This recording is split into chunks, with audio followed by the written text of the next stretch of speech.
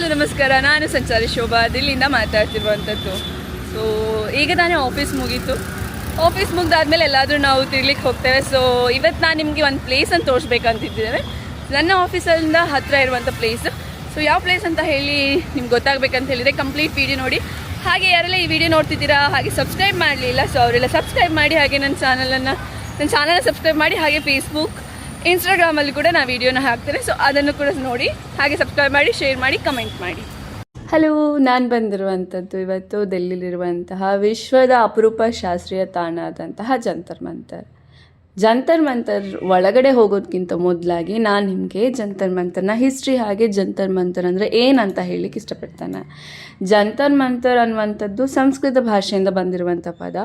ಜಂತರ್ ಅಂದರೆ ಯಂತ್ರ, ಹಾಗೆ ಅದರ ಅರ್ಥ ಏನಂತ ಹೇಳಿದರೆ ವಾದ್ಯ ಅಥವಾ ಯಂತ್ರ ಆಲ್ರೆಡಿ ನಮ್ಗೆ ಗೊತ್ತಿದೆ. ಯಂತ್ರ ಅಂತ ಹೇಳಿದರೆ ಮಿಷನ್ ಅಂತ. ಹಾಗೆ ಮಂತರ್ ಅಂದರೆ ಮಂತ್ರ ಅಂತ ಅರ್ಥ. ಅಂದರೆ ಸಮಾಲೋಚಿಸುವುದು ಅಥವಾ ಲೆಕ್ಕ ಹಾಕುವುದು ಎಂದರ್ಥ. ಅಂದರೆ ಈ ಪರ್ಟಿಕ್ಯುಲರ್ ಆಗಿ ಈ ಪ್ಲೇಸಿಗೆ ಯಾಕಾಗಿ ಈ ಒಂದು ಹೆಸರನ್ನು ಕೊಟ್ಟಿದ್ದಾರೆ ಅನ್ನುವಂಥ ಒಂದು ಅರ್ಥದಲ್ಲೇ. ಸೊ ಈ ಕಂಪ್ಲೀಟಾಗಿ ಈ ಪ್ಲೇಸಿನ ಮೀನಿಂಗ್ ಇಷ್ಟೇ, ಸಮಾಲೋಚಿಸೋದು ಅಥವಾ ಲೆಕ್ಕ ಹಾಕುವುದು. ಸೊ ಏನನ್ನು ಲೆಕ್ಕ ಹಾಕುವಂಥದ್ದು, ಸೊ ಲೆಕ್ಕಾಚಾರಕ್ಕಾಗಿ ಬಳಸುವಂಥ ಸಾಧನ ಇದು ಒಂದು ಪ್ಲೇಸ್ ಆಗಿದೆ. ಸೊ ನಿಮ್ಗೆ ಗೊತ್ತಾಗಬೇಕಂತ ಹೇಳಿದ್ರೆ ಏನಿಲ್ಲಿ ಲೆಕ್ಕ ಹಾಕ್ತಾರೆ, ಲೆಕ್ಕಾಚಾರ ಮಾಡ್ತಾರೆ ಅಂತ ಹೇಳಿದರೆ, ಸೊ ಅದಕ್ಕೆ ನೀವು ಕಂಪ್ಲೀಟಾಗಿ ನನ್ನ ಸ್ಟೋರಿಯನ್ನು ಕೇಳಬೇಕು. ಸೊ ಈ ಒಂದು ಜಂತರ್ ಮಂತರನ್ನು 18ನೇ ಶತಮಾನದಲ್ಲಿ ನಿರ್ಮಿಸಲಾಗಿತ್ತು. ಜ್ಯೋತಿಷ್ಯ ತಾಣ ಅಂತ ಹೇಳ್ಬೋದು ಇದನ್ನು ನಿರ್ಮಿಸಿರುವಂಥದ್ದು ಜೈಪುರದ ರಾಜ ಮಹಾರಾಜರಾದಂತಹ ಸವಾಯಿ ಜೈಸಿಂಗ್, ಅಂದರೆ 2ನೇ ಸವಾಯಿ ಜೈಸಿಂಗ್ ಅವರು ನಿರ್ಮಿಸಿದ್ದಾರೆ. ಇವರಿಗೆ ವಿಜ್ಞಾನ ಇರ್ಬೋದು, ಖಗೋಳಶಾಸ್ತ್ರ ಇರ್ಬೋದು, ಕಾಲಮಾಪನ ಇರ್ಬೋದು, ನಕ್ಷತ್ರಗಳ ಚಲನೆ ಹಾಗೆ ಗ್ರಹಣಗಳ ಲೆಕ್ಕಾಚಾರದ ಬಗ್ಗೆ ತುಂಬ ಇಂಟ್ರೆಸ್ಟ್ ಇತ್ತು. ಹಾಗಾಗಿ ಅವರು ಈ ಒಂದು ಜಂತರ್ ಮಂತರನ್ನು ನಿರ್ಮಿಸಿದ್ದಾರೆ. ಜಂತರ್ ಮಂತರನ್ನು ವಿತೌಟ್ ಟೆಲಿಸ್ಕೋಪ್ ಯೂಸ್ ಮಾಡದೆ ಇದನ್ನು ನಿರ್ಮಿಸಿರುವಂಥದ್ದು. ಸೊ ಇಲ್ಲಿ ಈ ಒಂದು ಪ್ಲೇಸಲ್ಲಿ ನಿಮಗೆ ಟೋಟಲಾಗಿ 13 ಉಪಕರಣಗಳನ್ನು ನೀವು ನೋಡ್ಬೋದಾಗಿದೆ. ಸೊ ಅದರಲ್ಲಿ ಮೇಯ್ನಾಗಿ ಸಾಮ್ರಾಟ್ ಯಂತ್ರ, ಜಯಪ್ರಕಾಶ್ ಯಂತ್ರ ಹಾಗೆ ರಾಮಯಂತ್ರ ಅನ್ನುವಂಥ ಯಂತ್ರಗಳಿವೆ. ಸೊ ಇದು ಪ್ರತಿಯೊಂದು ಯಂತ್ರಗಳು ಪ್ರತಿಯೊಂದು ಡಿಫರೆಂಟ್ ಕಾಲಮಾಪನ ಇರ್ಬೋದು ಅಥವಾ ಗ್ರಹಣಗಳ ಲೆಕ್ಕಾಚಾರವನ್ನು ಮಾಡಲಿಕ್ಕೆ ಈ ಒಂದು ಉಪಕರಣಗಳನ್ನು ಬಳಸ್ತಾರೆ. ಸೊ ನೀವೇನಾದರೂ ಡೆಲ್ಲಿಗೆ ಬರ್ತೀರಾ ಅಂತ ಹೇಳಿದರೆ, ಡೆಲ್ಲಿಗೆ ಬಂದು ಈ ಪ್ಲೇಸಿಗೆ ವಿಸಿಟ್ ಕೊಡ್ತೀರಾ ಅಂತ ಹೇಳಿದರೆ ನೀವು ಮಾಡಬೇಕಾಗಿರೋದು ಇಷ್ಟೇ. ಡೆಲ್ಲಿಗೆ ಬಂದು ಆದಮೇಲೆ ನೀವು ಮೆಟ್ರೋದಲ್ಲಿ ರಾಜೀವ್ ಚೌಕ್ ಮೆಟ್ರೋ ಸ್ಟೇಷನ್ ಅಥವಾ ಪಟೇಲ್ ಚೌಕ್ ಮೆಟ್ರೋ ಸ್ಟೇಷನಿಂದ ಕೂಡ ಬರ್ಬೋದು. ಜಸ್ಟ್ ಒಂದು 10 ನಿಮಿಷ ವಾಕೇಬಲ್ ಡಿಸ್ಟೆನ್ಸಲ್ಲಿದೆ ಅಷ್ಟೇ.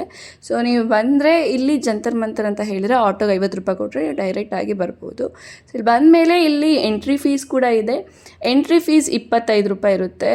ಅಂದರೆ ಇಂಡಿಯನ್ಸ್ಗೆ 15 ರೂಪಾಯಿಂದ ಸ್ಟಾರ್ಟ್ ಆಗುತ್ತೆ. ನಿಮ್ಮ ಹತ್ರ ಕ್ಯಾಮರಾ ಇದೆ ಅಥವಾ ಮೊಬೈಲ್ಸ್ ಯೂಸ್ ಮಾಡಿ ಫೋಟೋ ಎಲ್ಲ ತೆಗಿತೀರ ಅಂತ ಹೇಳಿದ್ರೆ 25 ರೂಪಾಯಿ ಚಾರ್ಜ್ ಮಾಡ್ತಾರೆ. ಹಾಗೆ ವಿದೇಶಿ ಪ್ರವಾಸಿಗರಾಗಿದ್ದರೆ 200 ರೂಪಾಯಿಗಳನ್ನು ಚಾರ್ಜ್ ಮಾಡ್ತಾರೆ. ಆ್ಯಂಡ್ ನಿಮಗೆ ಬೆಳಿಗ್ಗೆ 6 ಗಂಟೆಯಿಂದ ಸಂಜೆ 6 ಗಂಟೆ ತನಕ ಇಲ್ಲಿ ಎಂಟ್ರಿ ಕೊಡಲಿಕ್ಕೆ ಅವಕಾಶ ಇರುತ್ತೆ. ಸಂಜೆ 6 ಗಂಟೆ ಮೇಲೆ ಬಂದರೆ ನೋ ಎಂಟ್ರಿ ಆ್ಯಂಡ್ ಗೇಟನ್ನು ಕ್ಲೋಸ್ ಮಾಡಿ ಹೇಳ್ತಾರೆ, ಇಲ್ಲ ಈಗ ಎಂಟ್ರಿ ಕ್ಲೋಸ್ ಆಗಿದೆ ಅಂತ ಹೇಳಿ. ಸೊ ಈ ಒಂದು ಪ್ಲೇಸನ್ನು ನೀವು ಡೆಲ್ಲಿಗೆ ಬಂದರೆ ಮಿಸ್ ಮಾಡಬೇಡಿ. ಯಾಕಂತ ಹೇಳಿದರೆ 18ನೇ ಶತಮಾನದಲ್ಲಿ ಈ ಒಂದು ಈ ರೀತಿಯಾದಂತಹ ಕಾಲಮಾಪನ ಸಮಯ ಸೂಚಕವನ್ನು ತ್ರಿಕೋನಾಕಾರದಲ್ಲಿ ನಿರ್ಮಿಸಿರುವಂಥದ್ದು ಅದ್ಭುತ ವಿಷಯ ಅಂತ ಹೇಳ್ಬೋದು. ಹಾಗೆ ನಾನು ಇಲ್ಲಿಗೆ ಬಂದಾಗ ನನಗೆ ಇಲ್ಲಿ ಸಿಕ್ಕಿರುವಂಥ ಅದ್ಭುತ ವಿಷಯ ಅಂತ ಹೇಳಿದರೆ, ಇಲ್ಲಿ ನೋಡ್ತಿದ್ರಲ್ಲ ಈ ವಿಡಿಯೋದಲ್ಲಿರುವಂಥ ನಾಯಿ. ಸೊ ನಮ್ಮ ಜೊತೆ ಬಂತು, ನಾನು ವಿಡಿಯೋ ಮಾಡುವಾಗ ನಮ್ಮ ಸುತ್ತನೇ ಬಂತು. ಸೊ ನಾನು ಎಲ್ಲೆಲ್ಲಿ ಹೋಗ್ತಿದ್ದೆ ಅಲ್ಲೆಲ್ಲ ಪೋಸ್ ಕೊಡ್ಲಿಕ್ಕೆ ರೆಡಿ ಆಗಿತ್ತು. ಸೊ ಈ ರೀತಿಯಾದಂತಹ ಸ್ಪೆಷಲ್ ವಿಚಾರಗಳನ್ನು ನೀವು ಕೂಡ ನೋಡಿರ್ತೀರಿ ನೀವು ಟ್ರಾವೆಲ್ ಮಾಡುವಾಗ ಅಥವಾ ಎಲ್ಲಾದರೂ ಹೋದಾಗ. ಸೊ ನಂಗೆ ಇವತ್ತು ಈ ಪ್ಲೇಸನ್ನು ನಂಗೆ ನೋಡಿ ಎಷ್ಟು ಖುಷಿ ಆಯಿತು. ಹಾಗೆ ನನ್ನ ಜೊತೆ ನನಗೂ ಒಂದು ಫ್ರೆಂಡ್ ಸಿಕ್ಕಿದ್ದು ಅನ್ನೋದು ಕೂಡ ತುಂಬ ಖುಷಿ ಆಯಿತು. ಸೊ ಇದು ಇವತ್ತಿನ ವಿಡಿಯೋ. ಹಾಗೆ ನೆಕ್ಸ್ಟ್ ವಿಡಿಯೋದಲ್ಲಿ ಸಿಗುವ ನೆಕ್ಸ್ಟ್ ಯಾವ ಪ್ಲೇಸಿಗೆ ನಾನು ಹೋಗಬೇಕಂತ ಹೇಳಿ ನೀವು ಕಮೆಂಟಲ್ಲಿ ಕೂಡ ಮೆನ್ಷನ್ ಮಾಡ್ಬೋದು, ಅಥವಾ ನಾನು ಯಾವ ಪ್ಲೇಸಿಗೆ ಹೋಗ್ತೀನಿ ಅದನ್ನು ನಾನು ನಿಮ್ಗೆ ತೋರಿಸ್ಲಿಕ್ಕೆ ರೆಡಿ ಆಗಿದ್ದೇನೆ. ಸೊ ಅಲ್ಲಿ ತನಕ ಸ್ಟೇ ಟ್ಯೂನ್. ಹಾಗೆ ಯಾರೆಲ್ಲ ಈ ವಿಡಿಯೋ ನೋಡ್ತಿದ್ದೀರಾ ದಯವಿಟ್ಟು ಸಬ್ಸ್ಕ್ರೈಬ್ ಮಾಡಿ. ಹಾಗೆ ನಿಮ್ಮ ಫ್ರೆಂಡ್ಸ್ ಫ್ಯಾಮಿಲಿ ಜೊತೆ ಕೂಡ ಶೇರ್ ಮಾಡಿ.